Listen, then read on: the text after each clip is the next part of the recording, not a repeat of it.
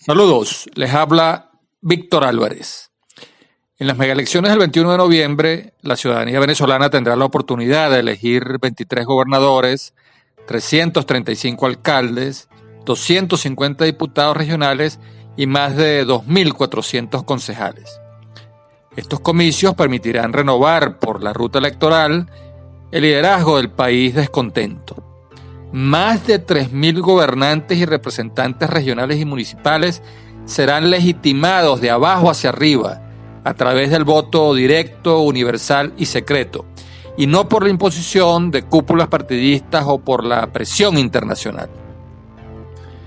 Para examinar las garantías y condiciones electorales en las que los ciudadanos y partidos políticos concurrirán a estos comicios, iniciaremos una serie de 10 conversaciones estelares con 10 mujeres comprometidas con una solución electoral y pacífica a la crisis venezolana. Para comenzar este ciclo hemos invitado a Griselda Colina, directora del Observatorio Global de Comunicación y Democracia e integrante de la plataforma Foro Cívico de Venezuela. Griselda fue postulada al Consejo Nacional Electoral en el marco de una estrategia de acción ciudadana que se propone contribuir a la reinstitucionalización democrática del país. Resultó electa como rectora suplente y está incorporada activamente al fortalecimiento institucional del CNE a fin de recuperar la confianza en la institución del voto y retomar la ruta electoral como la vía democrática y pacífica para superar la crisis de gobernabilidad que sufre Venezuela. Bienvenida, Griselda, a esta iniciativa de pedagogía electoral, y para hacer rendir el tiempo, vamos con nuestra primera pregunta. Los partidos políticos están muy cuestionados. La ciudadanía ve con decepción cómo dirigentes y líderes políticos se insultan y descalifican entre sí. Si es verdad lo que se dicen entre ellos mismos, pareciera que ninguno está calificado para asumir cargos públicos de elección popular. Y este es un factor que lamentablemente desalienta al elector y favorece la abstención. Griselda, ¿cómo valora el Observatorio de Comunicación y Democracia la calidad de la acción política de los partidos en Venezuela? ¿Qué puede hacer el Foro Cívico para elevar el debate político y superar tanta mediocridad?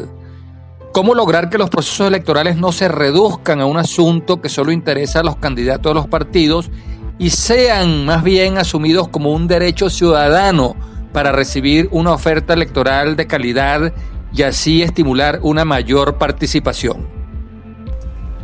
En primer lugar, quiero agradecer a Víctor Álvarez por su gentil invitación a ser parte de este nuevo ciclo de conversaciones en el que 10 mujeres tenemos la oportunidad de dar a conocer nuestras acciones y también nuestras propuestas para la construcción de una solución pacífica y electoral a la crisis en Venezuela. Con respecto a la acción o el ejercicio de la política y su incidencia en la construcción de capacidades para la democratización en Venezuela, lo primero que me gustaría decir es que los venezolanos hemos aprendido que nos toca resignificar el concepto de la política y asumir entonces un rol constructivo y propositivo en su ejercicio. Así, los ciudadanos que hacemos parte del Foro Cívico y también en muchas otras instancias de articulación en el país, vemos cómo nuestras acciones son una contribución a la reinstitucionalización, a la recuperación de los derechos humanos y también a la construcción de una nueva democracia mediante una estrategia de acción sociopolítica que plantea una teoría del cambio que ha roto con la inercia política y ha dinamizado la escena nacional. En esta dinámica entendemos la participación ciudadana en los procesos electorales como un elemento medular, pero que debe ser parte de una estrategia comprensiva que aborde la crisis multidimensional del país y lo integre acciones complementarias en lo económico, en lo social, en lo sanitario y por supuesto en lo político, a través entonces de la recuperación del derecho a elegir y del voto como instrumento ciudadano para el cambio democrático.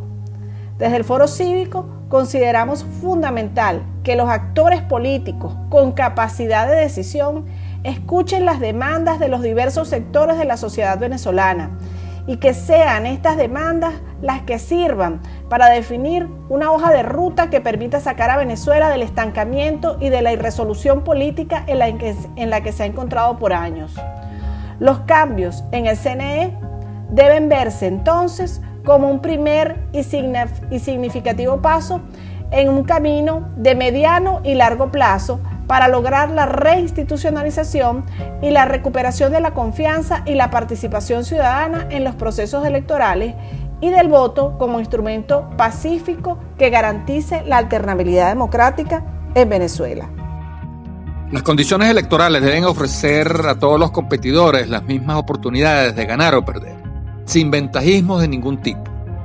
Implica imparcialidad de los medios de comunicación públicos, no utilización de recursos del Estado a favor de una parcialidad política, regulación de las campañas electorales, fiscalización del origen de los gastos y observación internacional. Sin embargo, en Venezuela las condiciones electorales ofrecen una clara ventaja a los candidatos del gobierno. Griselda, ¿hay voluntad política y compromiso entre los nuevos rectores del CNE para mejorar las condiciones electorales y asegurar un arbitraje institucional para que las elecciones que se convoquen sean reconocidas como unos comicios competitivos a tono con los estándares internacionales?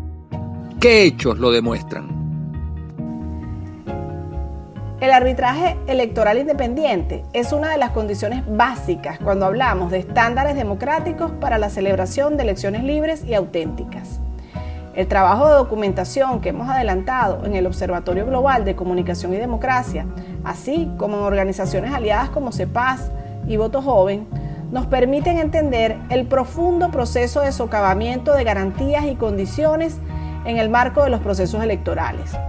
Condiciones que han afectado el ejercicio del derecho a elegir y también a ser electo. Condiciones que se han visto afectadas no solo durante el proceso electoral, sino también antes y posterior a los procesos electorales. Los venezolanos hemos sido testigos y víctimas de acciones que han minado la confianza y la participación ciudadana en las elecciones. También es necesario reconocer que luego de las elecciones de gobernadores de 2017, la oposición política abandonó la ruta electoral, contribuyendo con ello a debilitar el voto como instrumento de cambio. Toca entonces asumir un rol activo y propositivo en la construcción de la confianza. La elección de un nuevo CNE, con una conformación más equilibrada que hemos tenido en los últimos 20 años, es un gesto que demuestra voluntad política de los actores con capacidad de decisión. La integración de los órganos subordinados y la participación en los mismos de rectores no vinculados al sector oficial es también un gesto consistente con esa voluntad. En los pocos pero vertiginosos días de gestión del nuevo CNE, nos hemos propuesto humanizar el conflicto. Eso pasa por entender las diferencias en las posturas, pero también por identificar puntos comunes para la construcción de acciones que apunten al fortalecimiento de la institucionalidad electoral. Estamos conscientes que el desafío es enorme y que aún están presentes prácticas que no contribuyen a lograr ese objetivo. Sin embargo, hay que reconocer que hemos sido testigos de acciones y de decisiones que son muestras concretas, no solo de la voluntad política de los nuevos rectores, sino del rol histórico que les toca interpretar en esta gesta para la recuperación de la democracia en Venezuela. Sin embargo, en el país se despliega una permanente persecución, encarcelamiento y exilio forzoso de líderes de la oposición. Se abusa de la inhabilitación política para sacar de la contienda a candidatos ganadores, se ilegalizan partidos políticos o se les despoja de los nombres y símbolos para entregárselos a disidentes que le hacen el juego al gobierno. Griselda, ¿cuáles son las irregularidades y violaciones de derechos civiles y políticos que han identificado el Observatorio de Comunicación y Democracia y también el Foro Cívico? De cara a las megaelecciones del 21 de noviembre, hasta dónde se pueden restituir estos derechos. ¿Qué es lo máximo a lo que se puede aspirar y qué es lo mínimo que se puede aceptar para poder participar en buena lid? Es necesario decir que justamente porque conocemos las violaciones que mencionas, Víctor, y por la conciencia que tenemos del estado actual de las condiciones electorales en Venezuela, es que los actores que somos parte del Foro Cívico asumimos una acción propositiva en donde la procura de espacios de entendimiento y la humanización del conflicto es parte de una nueva forma de pensamiento y de acción. La desconfianza en los procesos electorales no es nueva en Venezuela. Sin embargo, en el Observatorio Global de Comunicación y Democracia identificamos un hito importante en 2015, un año en el que el oficialismo pudo constatar que había perdido el voto popular y que ese voto había permitido que la oposición se hiciera con una supermayoría en el Parlamento. Entonces, vimos como a partir de 2016, el observatorio documentó lo que calificamos como un patrón de violaciones a los derechos políticos en el marco de los procesos electorales. Esta documentación muestra cómo se pasó del ventajismo a la comisión del fraude, al desconocimiento del voto popular y a una serie de medidas que terminaron por generar mayor desconfianza en los ciudadanos y desmotivaron la participación en los procesos electorales. Este fue un proceso de acciones sistemáticas llevado a cabo en los últimos 5 años. Y lo primero que debemos entender entonces es que revertirlo nos va a tomar tiempo y voluntad política también. Vemos la reconstrucción del sistema electoral como un proceso por etapas, en el que cada elemento debe ser visto como un aporte a una solución integral. No se trata de condiciones mínimas o máximas, se trata de ver las posibilidades que se abren en cada proceso y de cómo este ciclo de reconstrucción del sistema electoral tiene un hito inicial el 21 de noviembre, es cierto, pero debemos asumir el compromiso de continuar en este camino en los próximos 5 años, en los que el calendario electoral venezolano marca una serie de eventos comerciales que nos ofrecen oportunidades para avanzar en ese camino de reconstrucción. Si bien se reconoce un avance en la conformación del nuevo CNE, la representación del país descontento y opositor sigue estando en desventaja. De los 5 rectores principales, apenas tiene 2 representantes. Griselda, ¿cómo convencer al país hundido en la desesperanza por tanto ventajismo gubernamental y tanta división en la oposición que ha habido un avance en la conformación del CNE? ¿Quiénes son esos rectores principales en los que puede confiar el malestar nacional? ¿Quiénes son los suplentes? ¿Qué han hecho para merecer esa confianza? ¿Qué responsabilidades tienen ahora en la estructura funcional del Consejo Nacional Electoral? Hace poco, en el Observatorio Global de Comunicación y Democracia, invitamos al país a una psicóloga social que trabaja temas de memoria, justicia y perdón. Su nombre es Lilian Paola Ovalle. Ella nos dijo una frase que desde entonces me acompaña, y la cito: la esperanza no es un punto de llegada, sino un proceso que construimos entre todos. Parafraseando a Lilian Paola Ovalle, creo entonces que las elecciones libres no son un punto final de llegada, sino un proceso que nos demanda involucrarnos más activamente en la documentación, en la identificación de oportunidades para el entendimiento y en la recuperación de capacidades institucionales. Cuando desde el Foro Cívico postulamos a 15 candidatos como rectores del CNE, lo hicimos no con la certeza de que iban a ser tomados en cuenta, sino con la convicción de que ese era nuestro derecho y que no estábamos dispuestos a dejar espacios vacíos en el camino de la reinstitucionalización. Aprovechamos, sí, las grietas que vimos abiertas, las oportunidades que vimos, y ello nos permitió que 4 de los postulados fueran designados rectores del CNE. Así, Roberto Picón fue designado rector principal y Francisco Martínez, León Arismendi y mi persona fuimos designados rectores suplentes. Ahora, para entender los cambios en la conformación del directorio del CNE, es también necesario explicar que el poder electoral está conformado por 8 rectores, 5 rectores principales y 3 rectores suplentes incorporados.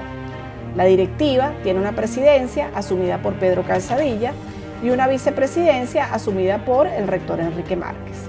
Sin embargo, la estructura organizativa del CNE recae en sus 3 órganos subordinados, que son la Junta Nacional Electoral, presidida por la rectora Tania D'Amelio, acompañada por los rectores Roberto Picón y Carlos Quintero. Un segundo órgano, como es la Comisión de Participación Política y Financiamiento, presidida por el rector Enrique Márquez, acompañado por los rectores Pedro Calzadilla y León Párica. Y finalmente, la Comisión de Registro Civil y Electoral, presidida entonces por el rector Alexis Corredor, acompañado por los rectores Tania D'Amelio y Conrado Pérez. Vale entonces también explicar que si bien la correlación de fuerzas en cada uno de estos órganos está aún privilegiada por la presencia de rectores vinculados al sector oficial, es también la primera vez en la que rectores independientes no vinculados a sectores oficiales tienen presencia en, por ejemplo, organismos como la Junta Nacional Electoral. En la práctica, esto ha tenido efectos positivos. Griselda, ya para finalizar esta interesantísima conversación, si pudieras complementar las credenciales que nos acabas de dar de los rectores en los que puede confiar el país descontento, con un balance de lo hasta ahora logrado, ¿cuáles son las principales mejoras en las garantías y condiciones electorales? ¿Qué es lo que aún está pendiente? ¿Qué es necesario y suficiente para las megaelecciones del 21 de noviembre? ¿Qué puede quedar pendiente para el referéndum revocatorio y las próximas elecciones parlamentarias y presidenciales? ¿Cómo convencer a los desconfiados y escépticos que se va por buen camino y que pueden volver a confiar en la institución del voto y retomar la vía electoral? El 11 de mayo, el nuevo directorio del CNE anunció una serie de medidas que procuran la generación de confianza a través de la reconstrucción de garantías y condiciones electorales. Así, hemos visto cómo se lleva a cabo una auditoría inédita al sistema de votación automatizado, donde están participando 10 especialistas de las universidades más prestigiosas del país. Ello con el objetivo de hacer recomendaciones que puedan aplicarse en el proceso del 21 de noviembre. Un segundo elemento para abonar a la confianza y la participación ciudadana es el relativo a la ampliación del número de días y puntos para los operativos de inscripción y actualización en el registro electoral, y que este año se logró aumentar a 45 días y 1.000 puntos distribuidos en todo el país. Es bueno decir también que estos operativos lograron que más de 1 millón de personas se registraran en el padrón electoral, de los cuales 400.000 son nuevos inscritos. Eso nos habla de ciudadanos con un profundo talante democrático. Un tercer punto a reconocer en el diseño del proceso electoral tiene que ver con la invitación formal hecha por la presidencia del CNE a grupos de observación con reconocida trayectoria internacional, como son representantes de la Unión Europea y de Naciones Unidas.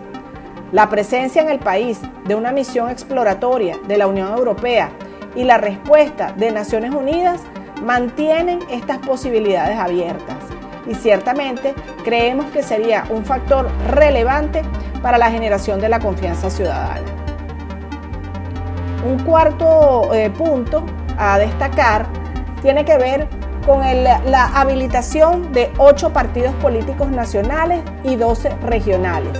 Esto avanza pasos hacia el restablecimiento de un pluralismo político muy debilitado en el país.